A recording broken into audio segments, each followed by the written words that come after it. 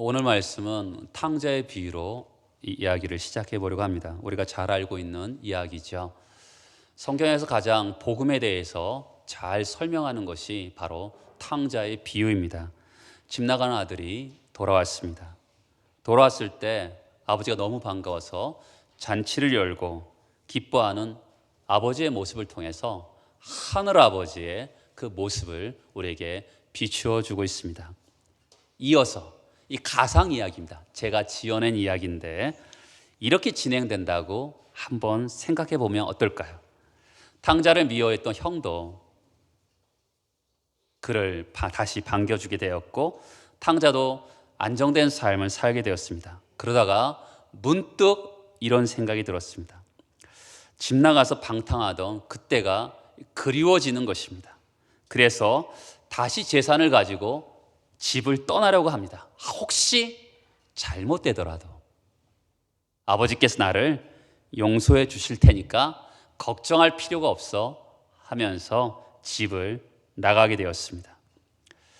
여러분은 다시 집을 나간 탕자에 대해서 어떻게 생각하십니까? 그럴 수 있다고 생각하십니까? 그럴 수 없다고 생각하십니까? 오늘 로마서 6장 1절의 말씀은 질문으로 시작합니다. 그런즉 우리가 무슨 말을 하려? 은혜를 더하게 하려고 죄에 거하겠느냐? 죄를 계속 지을 수 있겠느냐라는 것이죠. 사도 바울이 복음을 전했습니다. 그랬더니 두 가지의 문제가 발생하게 되었던 것이죠. 첫 번째는 이런 것입니다. 믿음으로 의롭다함을 받는다. 어떤 행함도 필요 없다. 믿기만 하면 하나님의 자녀가 된다. 이렇게 복음을 전했더니, 그래? 믿음으로 의롭다함을 받는다면 선한 행동을 할 필요가 없겠네. 나의 행동하고 관계없이 구원받는다면 이제 내 마음대로 살아도 되는 거 아니야? 이런 부류가 생기게 되었습니다. 또 한 부류는 이런 겁니다. 20절, 지난주에 읽었던 5장 20절 뒤에 보면 죄가 더한 곳에 은혜가 더욱 넘쳤다라고 그럽니다. 그래? 그러면 은혜가 더 넘치기 위해서 죄를 더 많이 지어도 되겠네? 논리적으로 이런 질문이 가능한 것이죠. 이런 것들은 오해입니다. 죄를 지어도 되겠네? 더 열심히 죄를 짓자. 은혜를 더 넘치기 위해서. 이것은요, 하나님의 말씀을 초딩 수준으로 이해한 사람들인 것이죠. 그에 대해서 사도 바울은 이렇게 대답합니다. 6장 2절에 보면 그럴 수 없느니라. 죄에 대하여 죽은 우리가 어찌 그 가운데 살리요. 말씀을 오해해서요, 사람들이 은혜가 많은 곳에 죄가 많은 곳에 은혜가 턱 넘쳤다고 하니까 죄를 지어도 되네? 이렇게 잘못 생각하는 사람들이 있었습니다. 왜 그 당시에 이런 논리가 있었을까요? 그것은 그 당시에 가장 많이 발생했던 이단이 있었습니다. 그것은 영지주의라는 이단입니다. 여러분, 지금 이 시대에 일어나는 수많은 이단들은요, 영지주의랑 비슷한 면들이 굉장히 많습니다. 영지주의란 뭐냐면 지식을 숭배하는 그런 주의입니다. 이런 체계를 갖추고 있어요. 영과 육을 분리합니다. 영은 깨끗하고 육은 더러운 것입니다. 육은 썩어질 것이에요. 그러니까 육은 더럽고 영만 깨끗하게 하면 된다고 생각했어요. 그러니까 영과 육을 분리하니까 어떻게 하죠? 육은 썩어질 것이니까 마음대로 해도 된다고 생각했습니다. 그러니까 어떻게 했겠어요? 여러분, 사람들이 어떤 가치관을 가지고 어떤 철학을 갖느냐에 따라 그렇게 행동하잖아요. 육은 마음대로 해도 된다. 그러니까 어떻게 하겠어요? 쾌락주의에 빠지는 것입니다. 그리고 방임주의에 빠지는 것이죠. 그런가 하면 이런 사상이 너무 쾌락주의와 방임으로 흘러가니까 철학에서도 정반합이라는 게 있잖아요.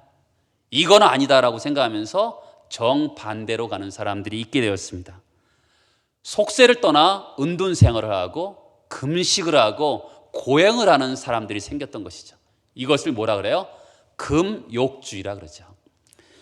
그러니까 쾌락주의, 금욕주의는요, 성경적인 게 아니에요. 복음적인 판단이 아닙니다. 영지주의가 만들어낸 폐예요. 병폐죠. 죄가 더한 곳에 은혜가 더욱 넘친다 그러니까 윤리가 폐기되는 것이죠. 그리고 도덕이나 율법을 지킬 필요가 없다고 생각하는 것입니다. 사도 바울은 이런 분위기를 감지했습니다. 그렇죠? 분위기가 있었던 거예요. 죄가 더한 곳에 은혜가 넘친다 그러니까. 그리고 믿음으로만 구원을 받는다니까 우리가 아무렇게나 살아도 된다고 생각하는 사람들이 있게 되었던 것이죠. 그래서 사도 바울이 그런 질문을 하는 것이죠. 우리가 은혜를 더하게 하려고 죄에 거하겠느냐? 그럴 수 없다. 못 박는 거죠. 그리고 2절 하반절에 보면 이해할 수 없는 문장이 등장합니다. 그것은 죄에 대하여 죽은 우리가, 죄에 대하여 죽었다는 거죠. 여러분, 죄에 대해 죽었으면 어떻게 되죠? 죄에 대해서 반응하면 안 되잖아요. 시체가 있습니다. 시체가 있는데 거기다가 1톤짜리 큰 돌을 얹었어요. 시체는 반응을 합니까? 무겁다고? 반응하지 않는 거죠. 그러니까 죄에 대해서 죽었다 그러는데 여러분, 우리가 죄에 대해서 정말 죽었습니까? 우리가 경험적으로 봐서 우리가 죄에 대해서 정말 죽었어요? 안 죽었잖아요. 우리 양심적으로도 약한 양심이 막 드러나고, 또한 죄의 환경만 조성되면 죄가 불쑥불쑥 일어나는 우리의 모습을 보잖아요. 뭘 얘기하는 걸까요? 죄에 대해서 죽었다 그러는데 안 죽었는데 왜 성경은 죄에 대해서 죽었다라고 이야기하는 것일까요? 이 문제를 오늘은 생각해 보려고 합니다. 죄와 우리의 관계를 죽음으로 설명하고 있거든요. 이 죽음을 예수와의 죽음으로 설명하고 있어요. 지금부터 중요한 이 세 가지를 한번 살펴보고자 합니다. 먼저는요, 알아야 된다고 표현하고 있어요. 자, 오늘 짧은 글에요, 3번이나 알아야 된다고 얘기하고 있어요. 자, 3절을 보겠습니다. 맨 뒤에 보면 알지 못하느냐, 알아야 된다는 거죠.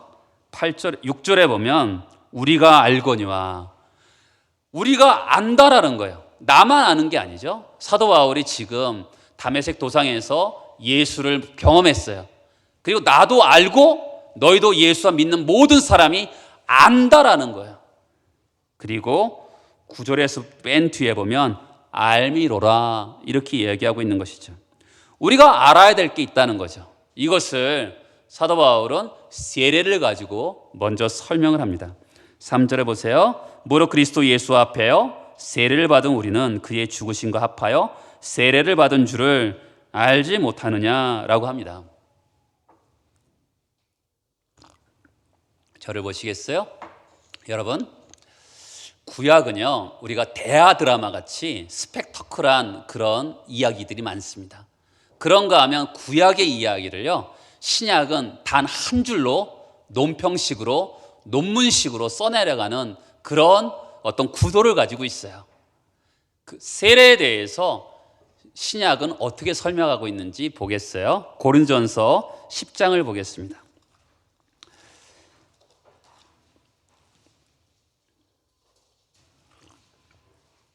고린전서 10장 1절과 2절에 보면 이렇게 되어 있습니다. 형제들아, 나는 너희가 알지 못하기를 원하지 아니하노니 우리 조상들이 다 구름 아래 있고 바다 가운데로 지나며 모세에게 속하여 다 구름과 바다에서 뭘 받아요? 세례를 받았다라고 표현하고 있습니다. 그림 언어로 설명하고 있는 것이죠. 자, 구약의 이야기를 해보겠습니다. 이스라엘 백성들이 400년 동안 노예 생활을 합니다. 하나님께 부르셨더니 하나님께서 구원자를 보내셨어요. 누구입니까? 모세이죠. 하나님께서 모세에게 나타나서 이스라엘 백성들을 애굽에서 구원해 내라는 명령을 받습니다. 그런데 모세가 거절을 하죠. 하나님께서 설득해서 모세를 애굽에 보냅니다.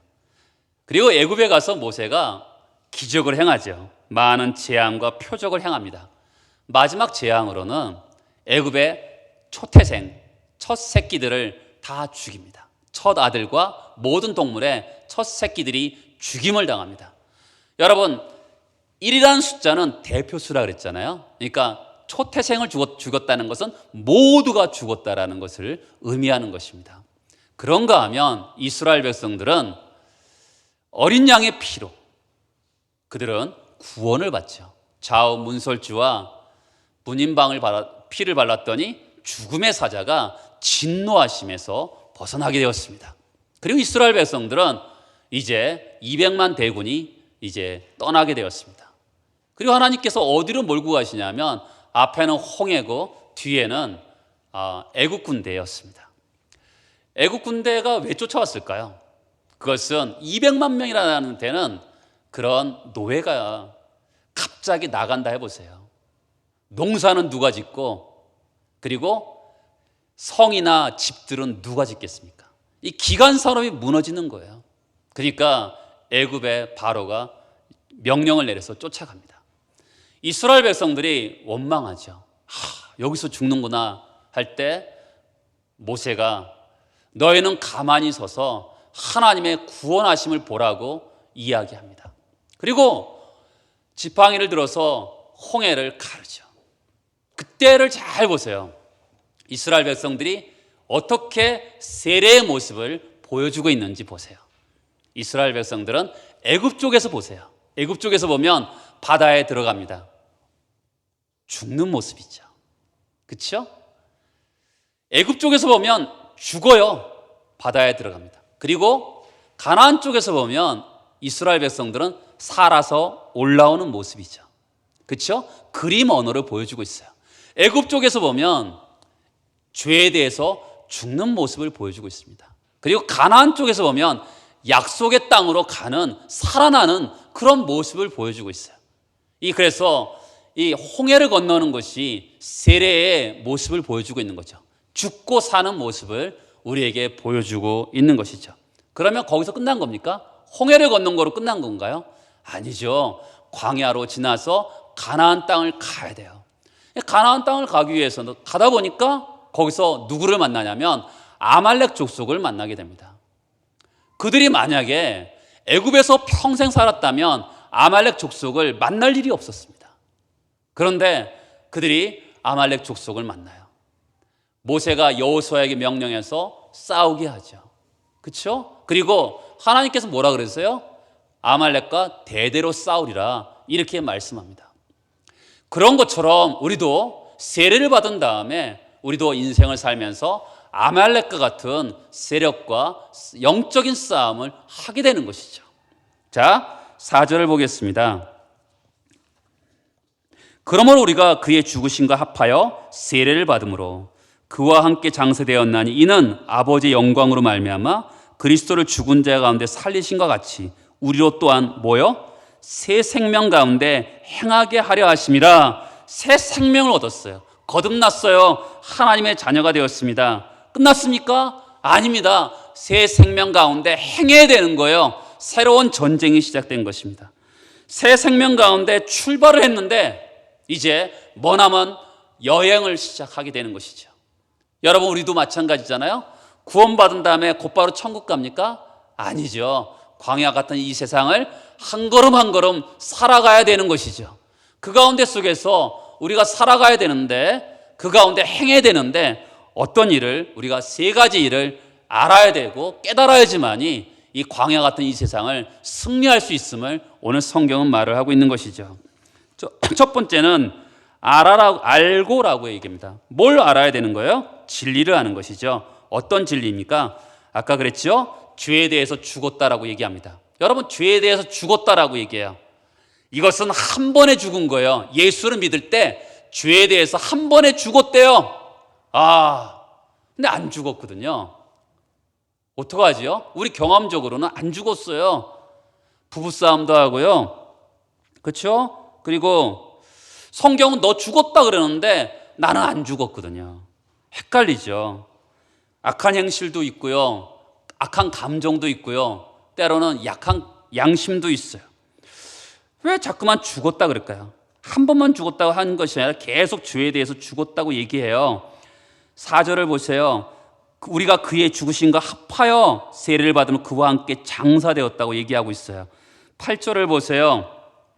우리가 그리스도와 함께 죽었으면, 11절을 보시면 너희도 너희 자신을 죄에 대하여 죽은 자여, 이미 죽었다라고 얘기하고 있어요. 자꾸만 죽었다고 얘기하고 있어요. 별로 안 죽었는데, 우리는 죽은 것 같지 않은데, 죄에 대해 죽지 않은 것 같은데 자꾸만 죽었다고 얘기하네요. 심지어는 어떻게 죽었다고 하냐면 예수와 함께 죽었다고 그러네요. 6절을 볼까요? 우리가 알거니와 우리 옛사람이 예수와 함께 십자가에 못 박혔다고 얘기하고 있어요. 예수와 함께 죽었습니다. 8절을 보세요. 우리가 그리스도와 함께 죽었으면 그리스도와 함께 살 줄을 믿노니, 공통적인 게 뭐예요? 예수와 함께 죽었대요. 아니, 예수는 2000년 전 사람이에요. 나는 지금 2000년대를 살아가고 있고요. 나는 한국에 살고요. 예수는 이스라엘 땅에 살았어요. 그런데 예수와 함께 죽었다 그러네요. 아니, 죄에 대해서 죽었다라는 것도 나 경험적으로 이해가 안 되는데 예수와 함께 죽었다 그러네요. 어떻게 이것을 이해할 수 있을까요? 제가 지난주에 말씀드렸죠. 하나님께서는 구약에서는 대표자로 아담을, 신약에서는 예수를 대표자로 삼는다고 말씀드렸습니다. 우리는 거기서 줄서기를 한다고 말씀드렸죠. 아담의 줄을 쓰면 아담의 벨트 허리에 우리는 묶여져 있는 사람들이죠. 예수의 줄을 쓰면 우리는 예수의 허리 벨트에 묶여져 있는 사람이라고 말씀을 드렸습니다. 아담의 허리의 벨트에 묶여있는 내가 예수를 믿습니다 그랬더니 그게 풀어져서 예수의 허리 벨트로 묶인다고 말씀을 드렸어요. 믿음이라는 것은 줄석이라고 말씀을 드렸어요. 마찬가지로 우리가 아담한테 내가 죄를 짓지 않았는데, 아담과 함께 성경은 죄를 지었다고 얘기하고 있어요. 왜요? 아담의 고리 안에 있었던 인생이거든요. 그런데 우리가 예수와 함께 죽었다고 얘기하는 것은 예수를 믿습니다 할 때 예수의 허리벨트로 옮겨졌기 때문에 2000년을 거슬러서 예수와 함께 십자가에 못 박힐 때 나도 죽었다고 성경은 이야기하고 있는 것이죠. 그런가 하면 예수와 함께 살았다고 얘기하는 것이죠. 8절에 보세요. 그와 함께 살 줄을 믿노니라고 얘기합니다. 그렇죠? 10절에 보세요. 그가 살아계심은 하나님에 대하여 살아계심이고, 5절에 보세요. 우리가 그의 죽으심과 같은 모양으로 연합한 자가 되었으면 그의 부활 같은 모양으로 연합한 자가 되리라라고 얘기하고 있습니다. 여러분, 죄에 대해서 죽었어요. 십자가에 예수와 함께 죽었어요. 예수와 함께 같이 부활의 모양으로 되었습니다. 왜 우리는 지금 성경은 뭐라고 얘기하고 있어요? 우리가 신앙생활하는데 알아야 된다고 얘기하고 있어요. 근데 나는 아닌데, 죄에 대해서 죽은 것 같지도 않고 예수님이 나랑 멀리 있는 것 같은데 어떻게 예수와 함께 죽고 예수와 함께 부활했을까? 이것에 대해서 알라고 성경은 이야기하고 있는 것이죠. 제2차 세계대전이 끝난 다음에 필리핀에서 있었던 이야기입니다. 일본 소위가 30년 동안 필리핀의 정글 속에 살았어요. 그러다가 1974년도에 그 주변 사람들에게 발견되어서 일본으로 돌아옵니다. 왜 그가 30년 동안 필리핀 정글에서 몰래 살고 있었을까요? 그것은 전쟁이 끝난 지 몰랐기 때문에 그렇습니다. 몰랐기 때문에 거기서 살았던 것이죠. 마찬가지죠. 우리도 지금 성경에 뭐라 그래요? 이것을 알라라고 얘기하고 있어요. 우리 느낌으로 알라는 것이 아니라 우리 지식으로, 정말 진리로 알라고 얘기하는 것이죠. 죄에 대해서 죽었다, 십자가에서 예수와 함께 죽었다, 예수와 함께 부활했다, 이것을 알라고 얘기하는 것이죠. 그러면 이렇게 얘기하죠. 6절을 보시면 우리가 알거니와 우리 옛사람이 예수와 함께 십자가에 못 박힌 것은 죄의 몸이 죽어 다시는 우리가 죄에게 종노릇하지 아니하려 함이다라고 얘기합니다. 여러분, 이것을 알라고 얘기하고 있는 것이죠. 예전에 어느 목사님이 군대에 들어갔는데 쫄병이었습니다. 근데 그 김하사라는 분이 있었다 그래요. 근데 이분이 아주 줄바따를 때리는 분이었습니다. 김하사가 먼저 한 사람을 때리면 순서대로 때리기 때문에 다 때리는 거죠. 그리고 막내는 어떻게 되겠어요? 수없이 맞는 거예요. 이거 얼마나 죽을 고생을 했겠습니까? 다행인 것은 이 김하사가 얼마 있다가 제대를 했습니다. 근데 3일째 됐을 때, 제대 후 3일째 됐을 때 술을 먹고 집합하고 찾아왔습니다. 그리고 또 때리는 거예요. 그리고 또 찾아왔을 때 그때 김병장이라는 분이 있었다 그래요. 김병장이 당신 나가! 당신은 시대는 끝났어! 맞죠? 제대했잖아요. 군대에서 제대한 사람이 무슨 명령을 내리는 겁니까? 이 김병장이 그 당시 내무반에서 최고참이었는데 다 자! 이렇게 했다 그래요. 여러분, 우리가 그 김하사가 제대한 걸 알아요. 그럼에도 불구하고 어떤 겁이 나고 지배를 잠시 받은 적이 있잖아요. 근데 그것을 계속 김병장은 확실하게 알았던 거죠. 더 이상 그 사람이 영향력을 행사할 수 없다는 것을 알고 있었던 것이죠. 마찬가지죠. 우리도 마귀가 시키면 찍소리 못할 수도 있는데 아니죠. 우리가 새로운 통치권에 있다는 것을 알아야 되죠. 새 생명 가운데 있다는 걸 알아야 돼요. 하나님의 자녀가 되었고 하나님의 거듭난 자녀인 것을 우리는 알아야 되는 것이죠. 하나님의 사람이 느낌으로 사는 게 아니에요. 느낌으로 내가 죄에 대해서 아직 죽지 않았어, 이런 게 아니라 이미 예수님이 돌아가실 때 십자가에 못 박힐 때 나도 죽었고 예수가 부활하셨을 때 나도 부활했음을 알라, 이렇게 말씀하고 있는 것이죠. 지금 믿음의 생활할 때 가장 중요한 것은 아는 것이 중요하다고 얘기하는 것이죠. 두 번째는 뭐냐면 여기고입니다. 11절에 보면 너희 자신을 죄에 대하여 죽은 자요 그리스도 예수 안에서 하나님께 대한 살아있는 자로 어떻게 해요? 여길지어다 합니다.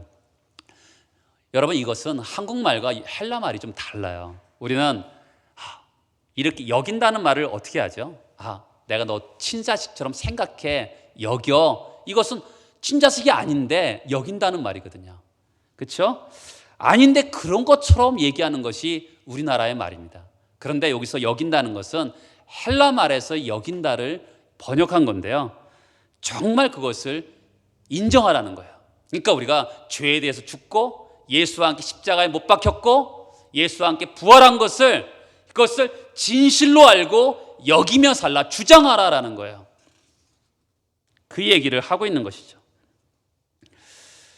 여러분, 자신이 죽었다는 거 사실 우리가 느끼시지 않습니다. 그렇죠? 1945년도 8월 15일 날 우리나라가 해방이 되었습니다. 근데 많은 사람이 해방이 되었는지 알았는데도 사람들이 그것을 어리둥절한 채로 그날을 보냈다 그래요. 대부분 죽은 듯이 보냈다 그럽니다. 왜냐하면 그 당시 아베 총독이 있었는데 9월 9일 날 정식으로 항복할 때까지는 그 조선을 통치했다 그래요. 그러니까 이게 일본이 망한 것 같기도 하고 안 망한 것 같기도 하고, 우리나라가 해방된 것 같기도 하고 해방되지 않은 것 같기도 하고 막 어리둥절했다 그럽니다. 어땠을까요? 여러분, 해방이 되었잖아요. 그런데 이게 그런 것 같기도 하고 아닌 것 같기도 하고 느낌이 아닌 거거든요. 근데 지금 성경은 뭐라 그래요? 그것을 여기라, 이 주장하라는 것이죠. 나는 죄에 대해 죽고 십자가에서 예수와 함께 죽고 예수와 함께 부활하셨음을 여기라는 것이죠. 막 결혼한 부부가요, 부부 같습니까? 부부 같은데 아닌 것 같기도 하고 그렇잖아요. 그리고 입양을 했어요. 근데 5년 정도 지나서 우리 부모님이야, 이것입니까? 아니죠. 호적에 입양할 때부터 곧바로 부모가 되는 것이잖아요. 그런 것처럼 우리의 인생이 그런 거거든요. 지금 이거죠. 여기라는 것은 정말 있는 거거든요. 사실이에요. 근데 여기라는 이 헬라어 단어는 그러니까 회개 용어입니다. 재정 용어죠. 정말 그 계좌에 현금이 입금이 된 거예요. 그것을 누리라는 거예요. 내가 죄에 대해 죽고 십자가에서 예수와 함께 죽고 예수와 함께 부활한 그것을 누리라고 얘기하고 있는 것입니다. 자, 다시 한번 보겠습니다. 어느 날 저의 문자에 100억이 입금이 되었습니다. 감사합니다. 시간 되시면 이 돈을 찾으러 오시지요 라는 문자가 왔어요. 제가 어떻게 반응할까요? 어느 놈이야 이렇게 스팸 문자를 보내게. 스팸 처리할 수도 있겠죠. 혹시나 해서 누가 나가 알지도 못하는 친척이 나한테 100억을 입금했을까? 하고 생각해서 은행에 전화를 했습니다. 그랬더니 지점장이 전화를 받더니 정말로 100억이 입금이 됐다는 거예요. 너무 신기하고 좋잖아요.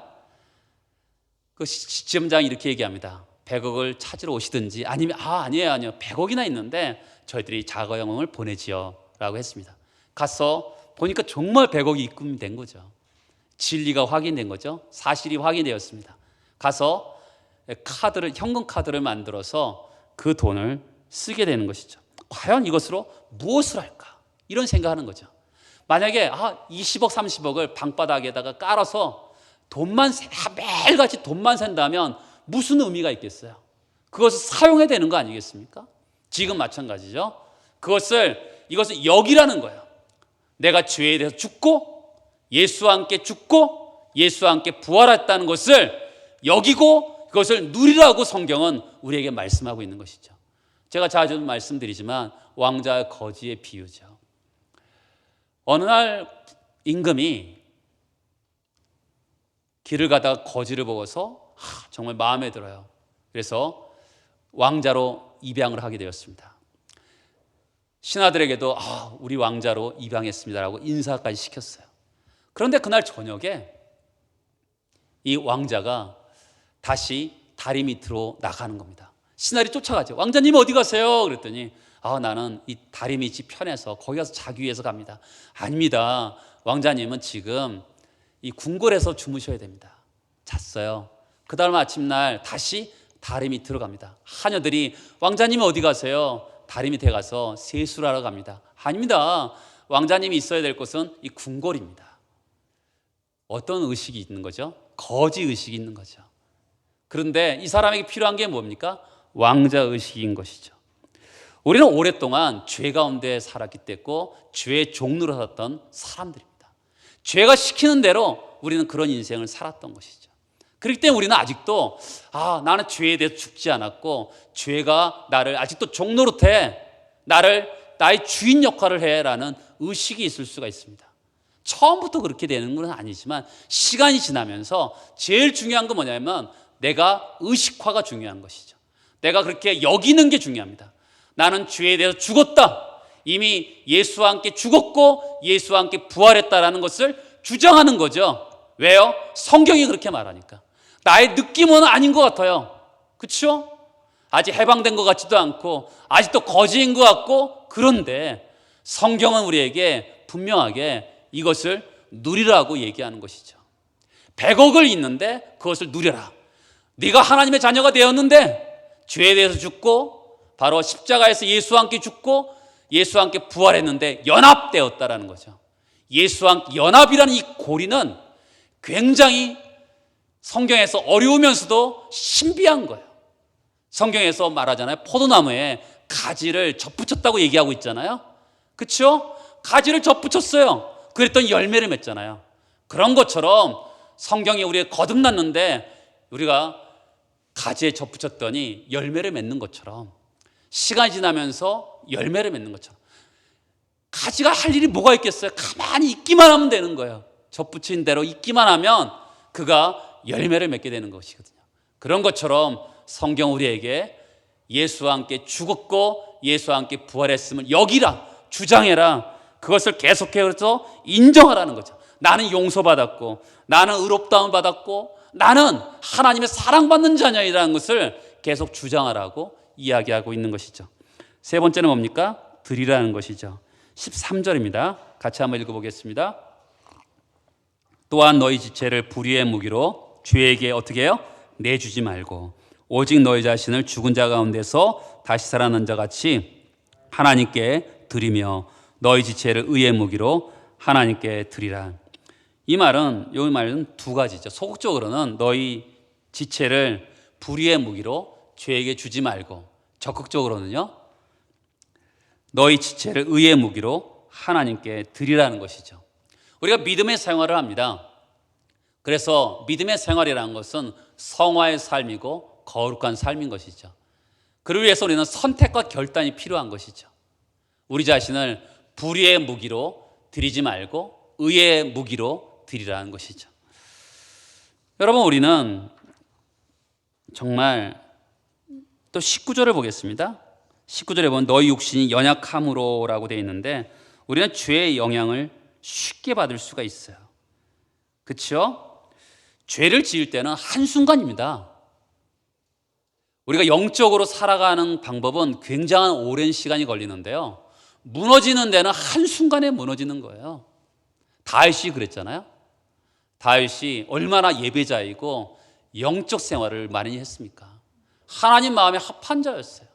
그런데 어느 날 왕이 전쟁에 나갈 시기인데 늦잠을 자고 오후까지 자다가 왔더니, 올라가서 봤더니 여인이 목욕을 하는 겁니다. 그리고 밧세바를 범하잖아요. 한순간에 무너져요. 그가 왕이 되는 순간에 얼마나 고생하면서 광야 생활을 했습니까? 근데 무너지는 건요 한순간이에요. 우리가 불의의 무기로 우리 자신을 드리는 것은 한순간이거든요. 근데 우리 지체라는 게 뭡니까? 손과 발만입니까? 아닙니다. 우리의 생각도, 우리의 능력도, 우리의 기질도, 또한 언어도 불의의 무기가 될 수가 있는 것이죠.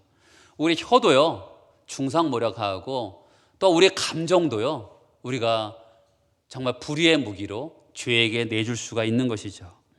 아차하는 순간에 그렇게 되는 거예요. 언제나 우리는 경계선에 있어요.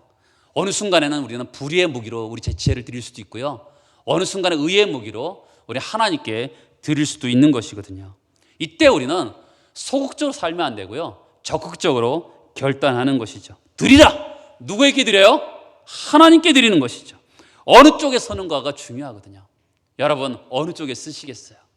그렇죠? 아까도 말씀드렸듯이 우리가 인생을 살면서 믿음의 생활하는데 세 가지를 깨달아야 된다는 것이죠. 첫 번째가 뭐예요? 알아야 되고, 두 번째가 뭡니까? 우리 여기는 것이고, 세 번째가 드리라는 것이죠. 우리가 죄 아래 살아서는 안 되는 것이죠. 우리 자신의 정체성이 중요합니다. 로마서 1장에 보면 사도 바울이 자기 자신을 예수의 종이라 그래요. 예수의 종, 예수를 위해 사는 존재라는 것이죠. 자기의 정체성을 아는 게 굉장히 중요합니다. 예전에 어떤 이렇게 책을 본 적이 있는데, 어떤 감자가 자기 정체성에 대해서 이렇게 고민을 했다 그래요. 엄마, 나 누구야? 그랬더니, 나 감자 맞아? 그랬더니 엄마가 당근이지. 그랬더니 얘가 충격을 받고 가출을 했다 그래요. 그래서 가출을 했다가 다시 이제 집에 들어와서 할머니를 뵙고서, 할머니 저 감자 맞지요? 그랬더니 오이야. 경상도 말이 오냐가 오이야라는 말이죠. 그러니까 또 가출을 했다 그래요. 자기의 정체성에 대해서 헷갈리면요 그렇게 되는 거죠. 그렇죠? 우리가 누구예요? 우리는 하나님의 종이죠. 그렇죠? 이 종이라는 자세, 이게 굉장히 중요합니다. 저도 마찬가지죠. 목사로서 저도 나 자신을 달랠 때 너 목사야, 너 그리스도인이야, 저를 이렇게 달랠 때가 굉장히 많습니다. 어느 예수를 믿은 지 얼마 안 된 사람이 중국에서 있었던 일인데, 이 사람이 이제 기차 여행을 하고 있었습니다. 근데 기차를 하니까, 오랫동안 여행을 하니까 무료하잖아요. 세 명이 한 팀이 돼서 기차를 탔는데 앞에 있는 거예요. 너무 심심하니까 카드 놀이를 하려고 합니다. 근데 세 명을 갖고 하기는 어려우니까 이 사람을 좀 끼기를 원했어요. 카드 놀이 할 줄 아세요? 라고 묻게 되었습니다. 같이 하시죠. 그랬더니 정중하게 거절합니다. 카드 할 줄 모르십니까? 그랬더니 할 수 없이 할 줄은 알죠. 손이 없습니까? 손 가지고 무엇을 하시겠어요? 이렇게 묻었더니 이 손은 제 손이 아닙니다. 무슨 뜬금없는 소리예요. 그래서 이 사람이 자기 간증을 하는 것이죠. 나는 예수를 믿은 지 얼마 안 됐는데 나는 이 손을 하나님을 위해서 사용이 되는 손이라고 생각합니다 라고 얘기했다 그래요. 여러분, 우리는 무엇을 안 하는 것도 중요하지만요, 적극적으로 뭔가 하는 게 중요합니다. 하나님을 위해서 사는 것이죠. 우리의 생각과 우리의 손과 발이 우리의 어떤 기질과 능력을 하나님을 위해서 사는 것이 굉장히 중요하죠. 기독교인의 삶은 오늘 말씀을 기초로 하면 두 가지라 볼 수 있어요. 죄 죽이기와 하나님께 대하여 살기예요. 따라서 해보시겠어요? 죄 죽이기, 하나님께 살기. 죄가 우리를 부르지요? 그러면 어떻게 해야죠? 나는 죽었다라고 선포하는 거죠. 하나님이 나를 불러요. 그러면 어떻게 합니까? 아멘하고 순종하면 되는 것이죠. 그래서 죄에 대한 죽은 자고 하나님에 대해서는 산 자로 여길지어다라고 얘기하고 있는 것이죠. 여러분은 죄에 거할 수 없는 신분으로 바뀌었습니다. 근데 이 신분이요, 만들어져 가는 데는 시간이 걸리게 되어 있습니다. 그 길을 걸으면서 우리는 세 가지 조건이 있는 것이죠. 첫 번째는 진리를 알아야 되는 것이죠. 죄에 대해서 내가 죽었다, 예수와 함께 죽고 예수와 함께 부활했다라는 것을, 이 진리를 알아야 된다는 것이죠. 두 번째는 이 진리를 내 것으로 만들어야 되는 것이죠. 여겨야 된다는 것이죠. 이것을 누려야 된다고 얘기하고 있는 것이죠. 세 번째는 하나님의 기뻐하시는 의의 무기로 우리 자신을 드려야 되는 것이죠. 온 인생을 걸쳐서요, 하나님께 주신 은혜, 하나님께 주신 은사를 하나님의 의의 병기로 드리는 여러분 되시길 축복합니다. 같이 기도하겠습니다.